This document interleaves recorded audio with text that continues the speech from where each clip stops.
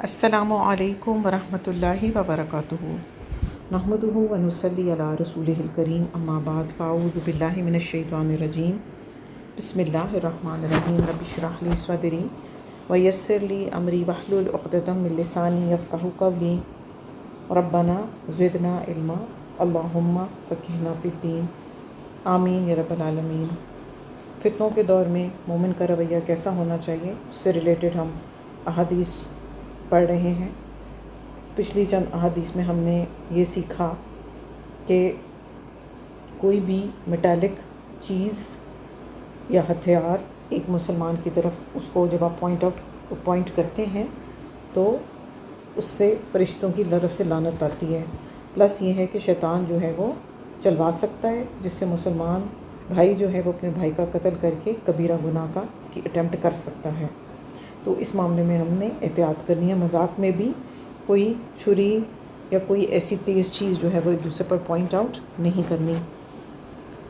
باب قول النبی صلی اللہ علیہ وسلم لا ترجعوا بعدی کفارا یضرب بعضکم رقاب بعض۔ نبی کریم صلی اللہ علیہ وسلم کا فرمانا، میرے بعد ایک دوسرے کی گردنیں مار کر کافر نہ بن جانا۔ اس حدیث کے ٹائٹل سے ہمیں یہ پتہ چل رہا ہے، جو آگے ہم پڑھنے جا رہے ہیں، کہ جو مسلمان دوسرے مسلمان کو مارتا ہے تو وہ کافر بن جاتا ہے۔ عبداللہ بن مسعود رضی اللہ عنہ کہتے ہیں، نبی اکرم صلی اللہ علیہ وسلم نے فرمایا، مسلمان کو گالی دینا گناہ ہے اور اس سے جنگ کرنا کفر ہے۔ پچھلی کلاس میں ہم نے خوب ڈیٹیل میں اس چیز کو ڈسکس کیا تھا کہ کس طرح سے زبان کا غلط استعمال ہمیں جہنم کی اتھاہ گہرائیوں میں گرا سکتا ہے۔ حدیث نمبر 27 میں ہم نے پھر سے یہ بات پڑھ لی اور ہم نے یہ سیکھا کہ مسلمان کا مسلمان کے اگینسٹ جنگ کرنا کفر کرنا ہے۔ اب پھر ہمارا وہی فارمیٹ ہوگا کہ ہم کچھ احادیث پڑھ لیں گے اور پھر انشاءاللہ اکٹھے ان کو دیکھیں گے۔ ابن عمر رضی اللہ عنہما نے آپ صلی اللہ علیہ وسلم کو فرماتے ہوئے سنا، میرے بعد ایک دوسرے کی گردنیں مار کر کافر نہ بن جانا۔ ابو بکرہ رضی اللہ عنہ سے روایت ہے کہ رسول اکرم صلی اللہ علیہ وسلم نے لوگوں کو خطاب دیا تو فرمانے لگے، ویری امپورٹنٹ، کیا تم جانتے ہو یہ کون سا دن ہے؟ صحابہ کرام رضوان اللہ عنہم نے کہا، اللہ اور اس کا رسول خوب جانتے ہیں۔ ابو بکرہ رضی اللہ عنہ کہتے ہیں، ہم سمجھے شاید آپ اس دن کا کچھ اور نام رکھیں گے۔ پھر فرمایا، کیا یہ یوم النحر نہیں ہے؟ ہم نے کہا، کیوں نہیں اے اللہ کے رسول؟ تو آپ نے فرمایا، یہ کون سا شہر ہے؟ کیا حرمت والا شہر نہیں ہے؟ ہم نے کہا، کیوں نہیں اے اللہ کے رسول؟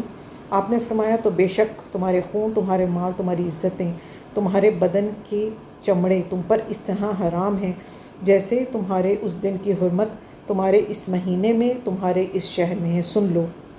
کیا میں نے پہنچا دیا؟ ہم نے کہا، جی ہاں آپ نے پہنچا دیا۔ پھر آپ نے فرمایا، یا اللہ گواہ رہ، پس چاہیے جو لوگ یہاں موجود ہیں وہ ان لوگوں کو پہنچا دیں جو یہاں پر موجود نہیں ہیں، اس لیے کہ کبھی ایسا بھی ہوتا ہے کہ جس کو کوئی بات پہنچائی جاتی ہے وہ اس بات کے سننے والے سے زیادہ اس کو یاد رکھتا ہے۔ آپ نے جیسا فرمایا تھا ویسا ہی ہوا، اور آپ نے یہ بھی فرمایا، میرے بعد ایک دوسرے کی گردنیں مار کر کافر نہ بن جانا۔ عبد الرحمن بن ابی بکرہ رحمہ اللہ کہتے ہیں، جب وہ دن آیا جس دن ابن حضرمی رضی اللہ عنہ کو جلایا گیا، جاریہ بن قدامہ نے اسے جلایا تھا، تو جاریہ نے کہا، ذرا ابو بکرہ رضی اللہ عنہ کو دیکھو۔ تو لوگوں نے کہا، یہ ابو بکرہ رضی اللہ عنہ موجود ہیں، تمہیں دیکھ رہے ہیں۔ عبد الرحمن رحمہ اللہ کہتے ہیں، مجھے میری والدہ نے بتایا کہ ابو بکرہ رضی اللہ عنہ نے اس وقت کہا، اگر یہ لوگ مجھ پر داخل ہو جائیں تو میں ان کے مقابلے میں ایک چھڑی بھی نہیں ہلاؤں گا۔ اگلی دو بھی پڑھیں گے اور پھر انشاءاللہ ان کو کلیکٹو دیکھتے ہیں۔ ابن عباس رضی اللہ عنہما روایت کرتے ہیں کہ نبی اکرم صلی اللہ علیہ وسلم نے فرمایا، میرے بعد ایک دوسرے کی گردنیں مار کر کافر نہ بن جانا۔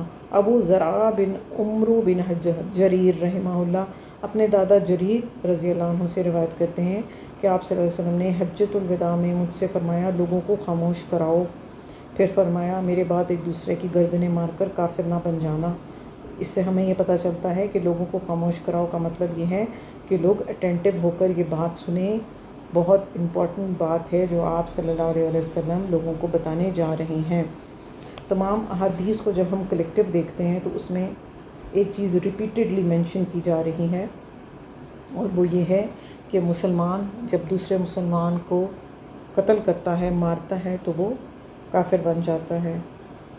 اس کے علاوہ ہم نے یہ دیکھا جب حدیث نمبر 29 جو کہ طویل حدیث ہے، اس میں بہت ساری چیزیں ہیں ہمارے پڑھنے اور سمجھنے کی اور سیکھنے کی۔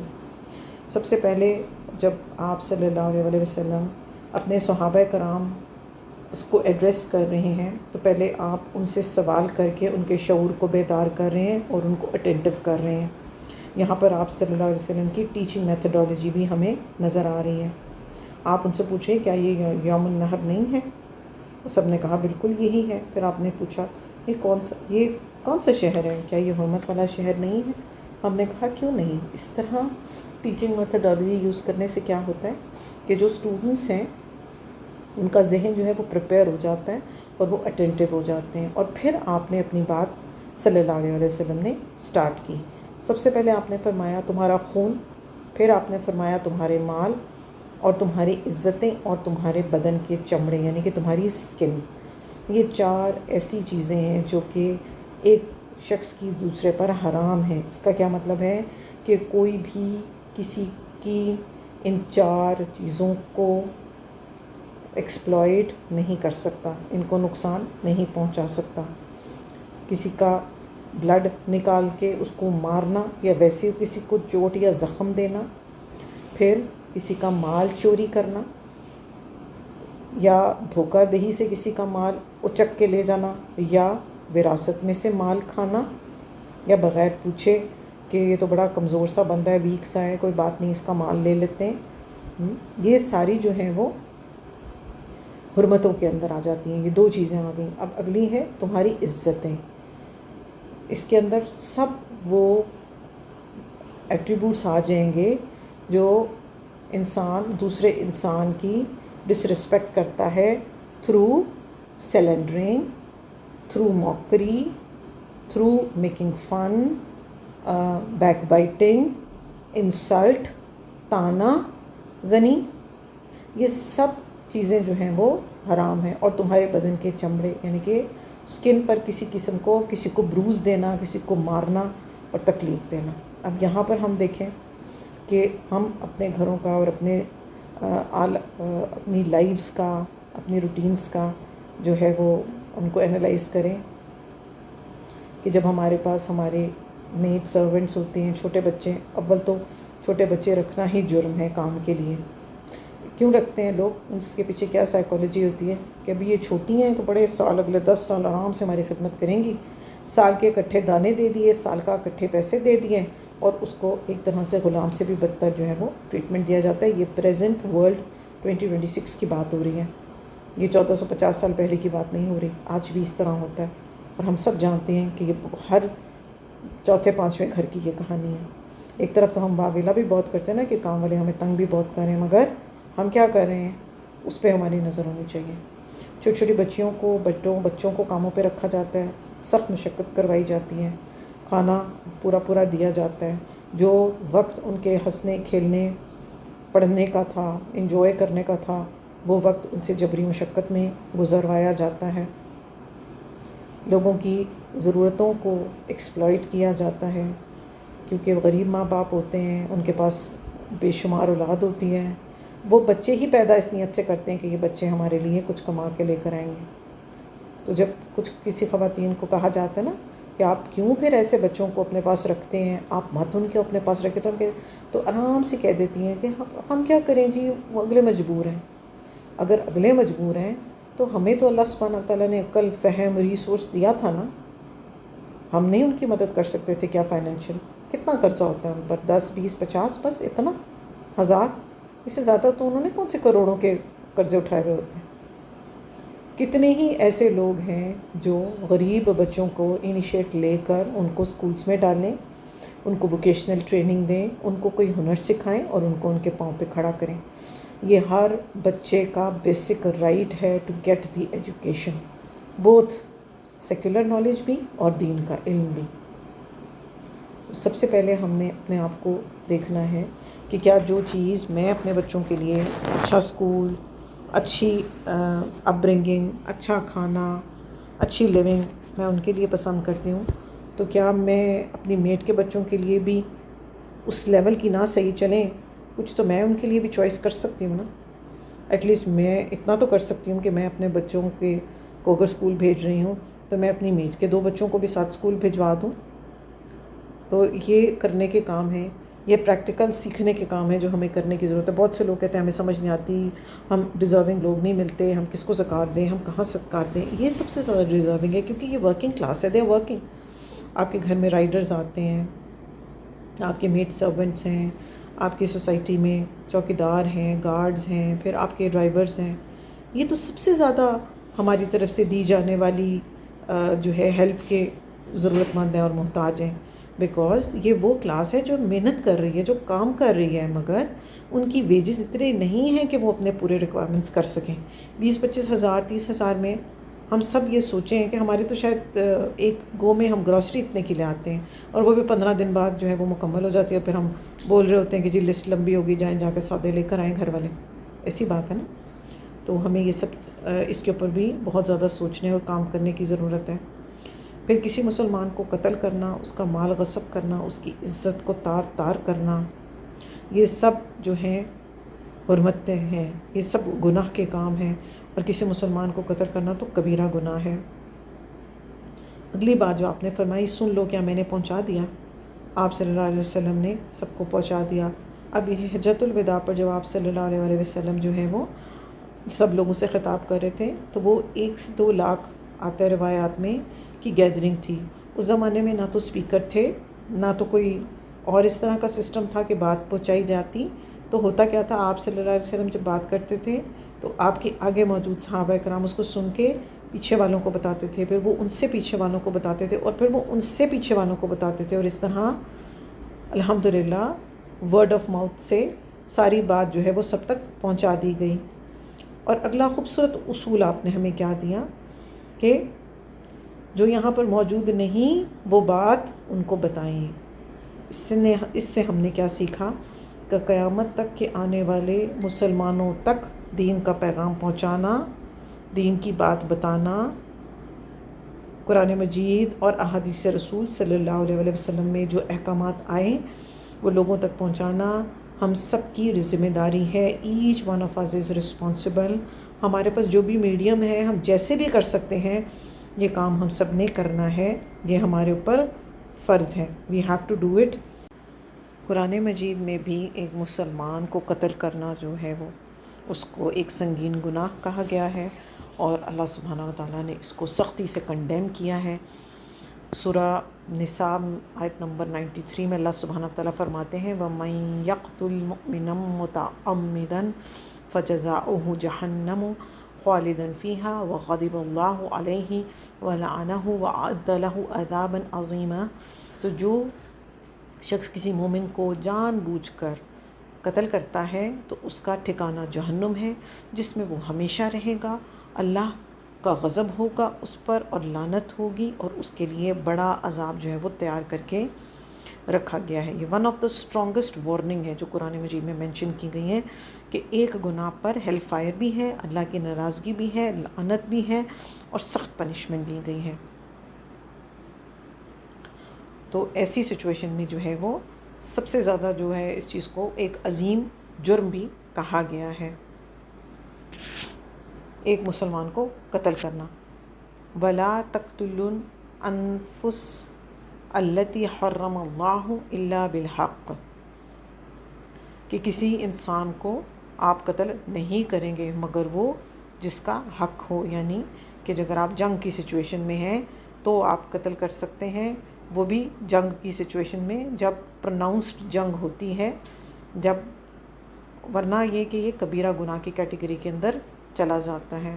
اور اسلام جو ہے وہ انسان کی، مومن کی اور اوورآل انسانیت کی جان کو بہت امپورٹنس دیتا ہے اور اس کو پروٹیکشن دیتا ہے.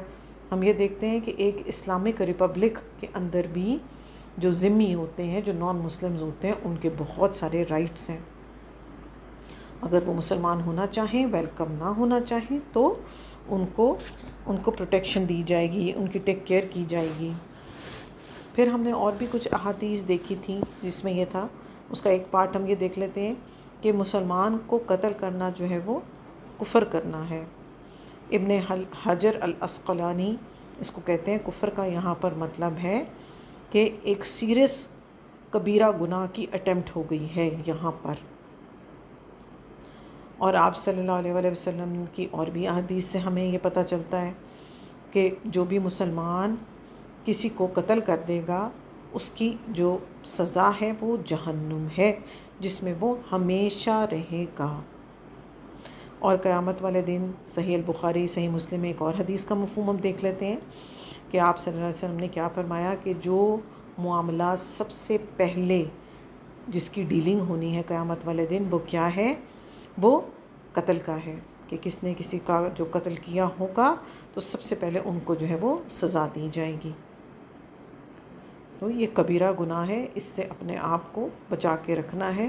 اور ایک اور بات جو سب سے زیادہ امپورٹنٹ ہے، جس کو اگنور کر جاتے ہیں ہم سب، کہ یہاں پر خون، مال، عزت اور سکن سب چیزیں ایک ہی کیٹیگری میں فال کر رہی ہیں۔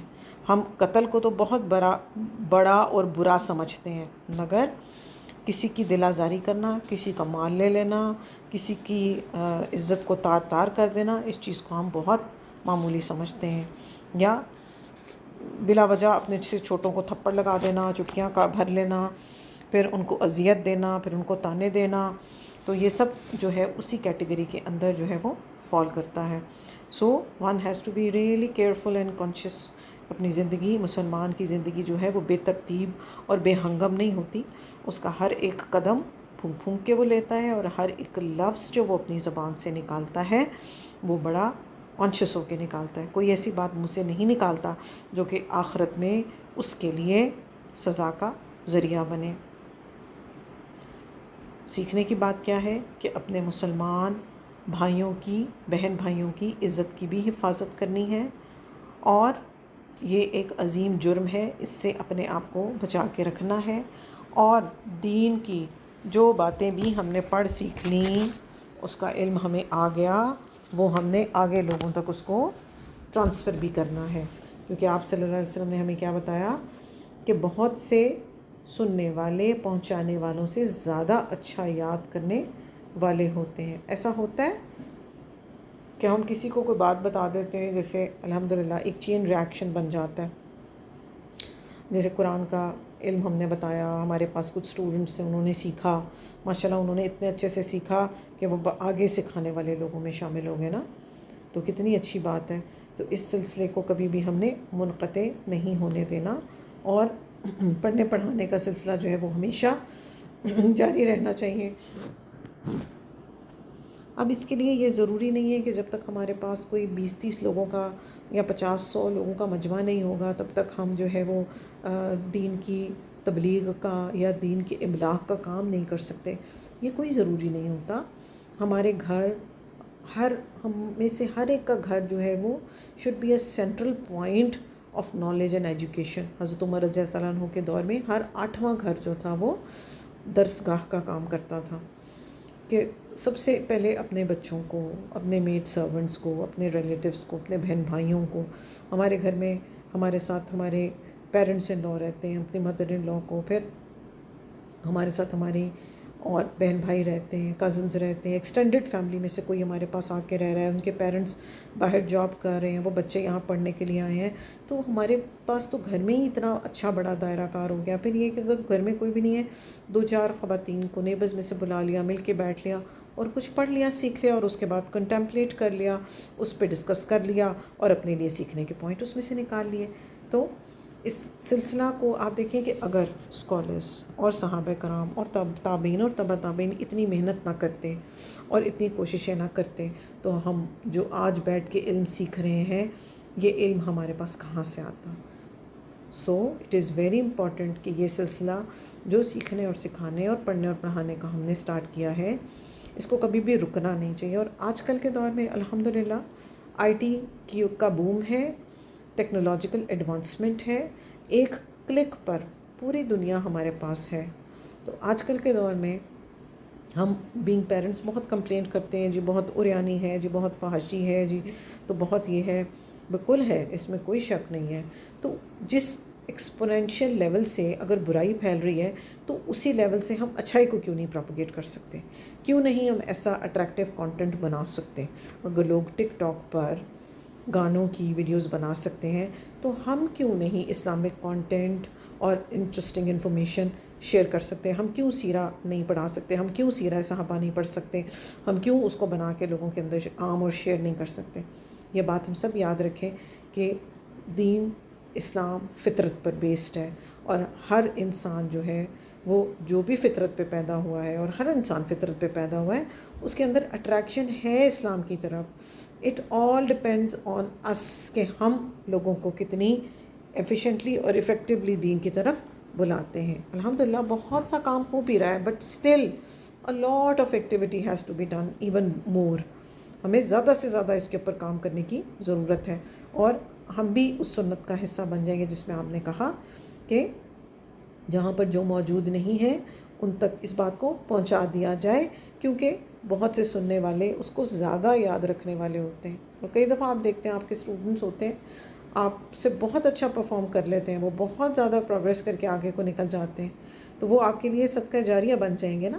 اس طرح اگر ہماری اولاد ہے، یا ہمارے شوہر ہیں، یا ہماری ایکسٹینڈڈ فیملی ہے، ہمارے کزنز ہیں، تو یہ تو سب سے بہترین اور سب سے بڑی بھلائی ہے جو ہم کسی کے ساتھ بھی کر سکتے ہیں. وہ کیا ہے کہ دین کا علم اپنے پیاروں کو پہنچائیں، احادیث رسول صلی اللہ علیہ وسلم کا علم سب کو بتائیں، سب تک اس کو عام کریں. اٹس جسٹ اے کلک اوے. کوئی لمبی چوڑی سائنس نہیں ہے، کچھ پیسے خرچ نہیں کرنے.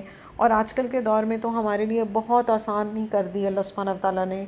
جب سے کووڈ آیا، کووڈ کے بعد سے ہم دیکھ رہے ہیں کہ all together teaching learning experience transform ہو گیا، کہ ہمیں گھر سے بھی نکلنے کے کہیں جانے کی ضرورت نہیں ہے. ہمارے پاس ہمارے اسمارٹ فونز میں، ہماری ڈیوائسز میں ہر طرح کا علم موجود ہے.